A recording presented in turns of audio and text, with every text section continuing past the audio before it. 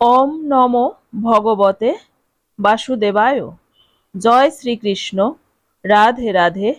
বন্ধুরা, এই ভিডিওতে আমি আপনাদের সাথে আলোচনা করব শ্রীকৃষ্ণের জন্মাষ্টমীর ব্রত কথা। বন্ধুরা, যদি আপনি এই জন্মাষ্টমী পালন করতে চান বা জন্মাষ্টমীতে ভগবান শ্রীকৃষ্ণের পূজা দিতে চান, তাহলে এই বিষয়টি নিশ্চয়ই জানেন যে জন্মাষ্টমীর সময় ভগবান শ্রীকৃষ্ণের এই জন্মাষ্টমীর ব্রত কথা এবং শ্রীকৃষ্ণের অষ্টোত্তর শতনাম শ্রবণ করতে হয়। যদি কোনো কারণে ভগবান শ্রীকৃষ্ণের এই জন্মাষ্টমী পালন করতে না পারেন বা তার পূজা করতে না পারেন, কেবলমাত্র জন্মাষ্টমীর দিন ভগবান শ্রীকৃষ্ণের এই জন্মাষ্টমীর ব্রত কথা এবং অষ্টোত্তর নাম শ্রবণ করে তার উদ্দেশ্যে যদি একটি প্রদীপ প্রজ্বলন করতে পারেন, তাহলেও এই জন্মাষ্টমীর ব্রতের পুণ্যফল অনেকাংশে লাভ করা যায়। তাই বন্ধুরা, জন্মাষ্টমীর সময়কালে ভগবান শ্রীকৃষ্ণের এই জন্মাষ্টমীর ব্রত কথা এবং শ্রীকৃষ্ণের অষ্টোত্তর শতনামটি একবার হলেও শ্রবণ করুন। বলা হয়, এই জন্মাষ্টমীর সময়কালে যতবার আপনি এই ব্রত কথা এবং অষ্টোত্তর কথা শ্রবণ করবেন, ততই ভগবান শ্রীকৃষ্ণের করুণা লাভ করে পরম শান্তি অনুভব করবেন। আশা করছি ভগবান শ্রীকৃষ্ণের এই জন্মাষ্টমীর ব্রত কথাটি শ্রবণ করে আপনাদের ভালো লাগবে। ভগবান শ্রীকৃষ্ণের অষ্টোত্তর শতনাম এই ভিডিও শেষে দেওয়া রয়েছে, প্রয়োজন মনে হলে অবশ্যই একবার শ্রবণ করবেন। শুরু করছি ভগবান শ্রীকৃষ্ণের পবিত্র জন্মাষ্টমীর ব্রত কথা। হে কৃষ্ণ করুণা সিন্ধু দীনবন্ধু জগৎ পথে, গোপেশ গোপিকা কান্ত রাধাকান্ত নমস্তুতে। জয় শ্রীকৃষ্ণ। রাধে রাধে। দিলীপ রাজকন বশিষ্ঠ মুনি প্রতি, শ্রীকৃষ্ণের জন্ম কথা শুনিতে সম্প্রতি। ভাদ্র মাসে কৃষ্ণ পক্ষে অষ্টমী তিথিতে, কিবা হেতু জনার্দন জন্মেন ধরাতে। বশিষ্ঠ কহেন রাজা শুনো ভক্তি মনে, নারায়ণ সতেজি কিসের কারণে। এই পৃথিবীতে জন্মে দৈব কি উদরে, সেই পুণ্য কথা বলি তোমার গোচরে।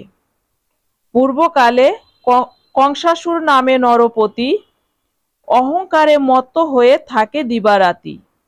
পৃথিবীর দুঃখ দশা দেখি শূলপাণি, ক্রোধেতে অধীর হয়ে কহে এই বাণী। দেবগণ চলো যাই ব্রহ্মার সকাশে, করিব উপায় আজি কংসের বিনাশে। অনন্তর মহেশ্বর দেবগণে লয়ে, গমন করিল সবে ব্রহ্মার আলয়ে। ব্রহ্মা তবে হংসপৃষ্ঠে করি আরোহণ, ক্ষীরোদ সাগরে যান লয়ে দেবগণ। সাগরের তীরে স্তব করে সুরগণ, স্তবে তুষ্ট হলেন দেবনারায়ণ। কিবা হতু করে ছোক হেথায় আগমন, ব্রহ্মা বলিলেন প্রভু করে নিবেদন। শিব বরে বলিয়ান হয়ে কংসাসুর, পৃথিবীরে দেয় সদা যাতনা প্রচুর। মহেশ্বর দিল বর ভাগিনার হাতে, নিধন হইবে কংস নহে অন্য হতে। দৈবকী উদরে জন্ম করিয়া গ্রহণ, পৃথিবীর দুঃখ দশা করুণ মোচন নারায়ণ, বলিলেন দেব মহেশ্বর। পার্বতীকে সাথে দেন একটি বৎসর, কার্য শেষে পুনরায় আসিবে চলিয়া। এত বলি উমা রমা সাথেতে লইয়া, মথুরা উদ্দেশ্যে যাত্রা করি নারায়ণ। দেবকী উদরে জন্ম করিলা গ্রহণ। ভাদ্র মাস কৃষ্ণপক্ষ অষ্টমী তিথিতে, বুধবার রোহিণী নক্ষত্র নিশার্ধেতে। সর্বাধিক আলোকিত করিয়া শ্রীহরি, ধরাধামে অবতীর্ণ শিশুরা ধরি। কেমনে রক্ষিব প্রভু কংস হাত হতে, ভাবিয়া উপায় মোরা নাহি পাইচিতে। অন্তর্যামী নারায়ণ অন্তরে বুঝিল, পরিধান তেজি প্রভু দ্বিভুজ হইল। অনন্তর ভগবান হরির কৃপায়, বাসুদেব শূল হইতে মুক্তি পায়। মায়াময় শ্রীহরির আশ্চর্য মায়াতে, রক্ষীগণ অচেতন হইল নিদ্রাতে। যে সময়ে ভগবান আবির্ভূত হন, যশোদা গর্ভেতে যোগমায়া গ্রহে জন্ম লন।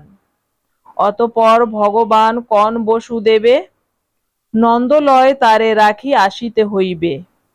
নন্দকন্যা যোগমায়া শ্রী ভগবতীকে আনয়ন করিয়া দিবেন দৈবকীকে। যেই কালে বসুদেব গমন করিল, কারাগৃহের লৌহদ্বার মুক্ত হয়ে গেল। মন্দ মৃদু মেঘ গগনে গর্জন, মৃদু মন্দ বৃষ্টি দ্বারা হয় পতন।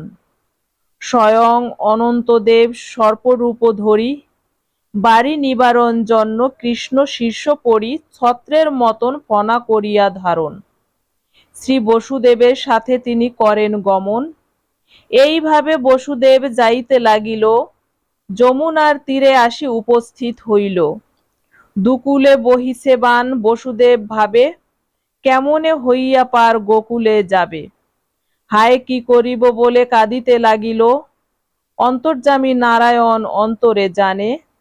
দেখিতে দেখিতে জল আসিল কমিয়া, শিবারূপে পার হয়ে যায় মহামায়া। শিবার পশ্চাৎ ধরি বসুদেব যান, মায়া করি বাড়ি মধ্যে পড়ে ভগবান। বসুদেব কাঁধে পুনঃ শিরে হাত দিয়া, জলক্রীড়া করে কৃষ্ণ যমুনা লইয়া। যমুনার পুরে সাত কৃষ্ণকে পাইয়া, কিছুক্ষণ পরে কৃষ্ণ উঠিল ভাসিয়া। সানন্দে বসুদেব তুলে নিল কোলে, যমুনা হইয়া পার আসিল গোকুলে। অতঃপর বসুদেব আসিল নন্দলয়ে, যশোদার নিকটে দেখে কন্যা আছে শুয়ে। মহামায়া প্রভাবেতে গোপীগণ যত, কেহ কিছু নাহি জানে সবে নিদ্রাগত। যশোদা ও পুত্রের কিছু না বুঝেছে, জানে কোনো দেবরূপী জনম লোভেছে। যোগমায়া রূপী কন্যা দৈবকীকে দিয়া, বন্ধন স্থানেতে বসু আসিল চলিয়া। যোগমায়া প্রভাবেতে পুনঃ বন্ধন ঘটিল, কারাগৃহ পুনরায় আবদ্ধ হইল। মহামায়া সদ্যযাত্রা শিশুর মতন, ক্রন্দন করিবা মাত্র জাগে রক্ষীগণ।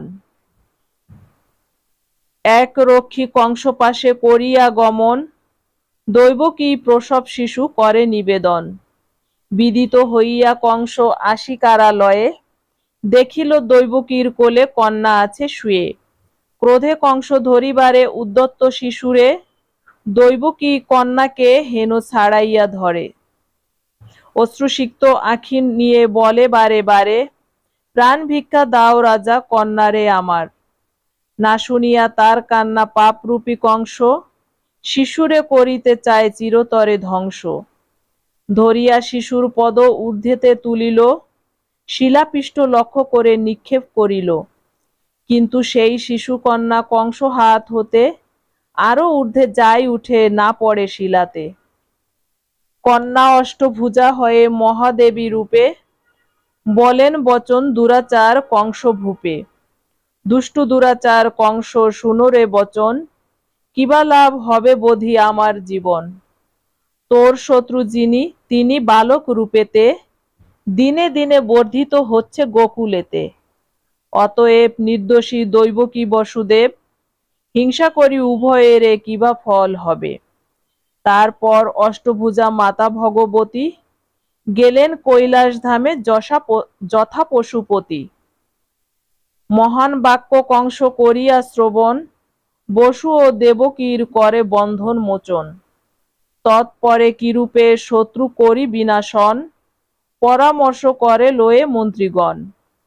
জন্মাষ্টমীর ব্রত কথা হলো সমাপন, জয় শ্রীচন্দ্র বলি ডাকো সর্বজন। কৃষ্ণ জন্মাষ্টমী ব্রত করে যেই জন, সকল সদিচ্ছা তার হইবে পূরণ।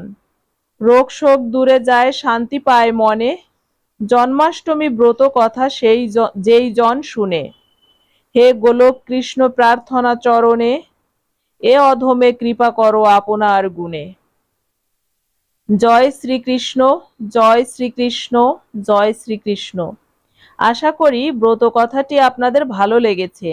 ভালো লাগলে লাইক করবেন এবং যারা জন্মাষ্টমী ব্রত পালন করছেন তাদের উদ্দেশ্যে শেয়ার করবেন। সকলেই ভালো থাকুন, সুস্থ থাকুন এবং জন্মাষ্টমীর দিনটি খুব ভালোভাবে উদযাপন করুন।